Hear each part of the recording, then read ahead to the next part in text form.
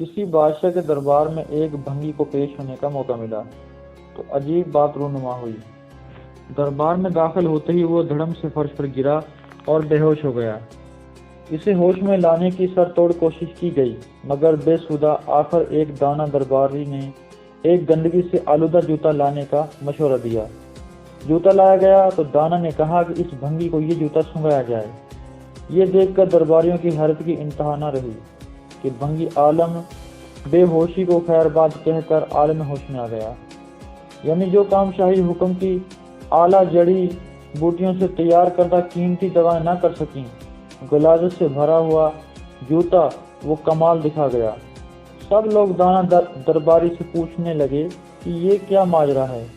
دانا درباری نے کہا کہ اس بھنگی کی عمر گندگی اور غلاظت کی رفاقت میں بسی ہوئی اور اب یک اسے شاہی دربار کی نفیس خوشبو میں دھکیل دیا گیا جس کی اس کو عادت نہیں تھی، کیونکہ اس کی طبیعت میں اس نفاست کو قبول کرنے کی صلاحیت ہی نہ تھی۔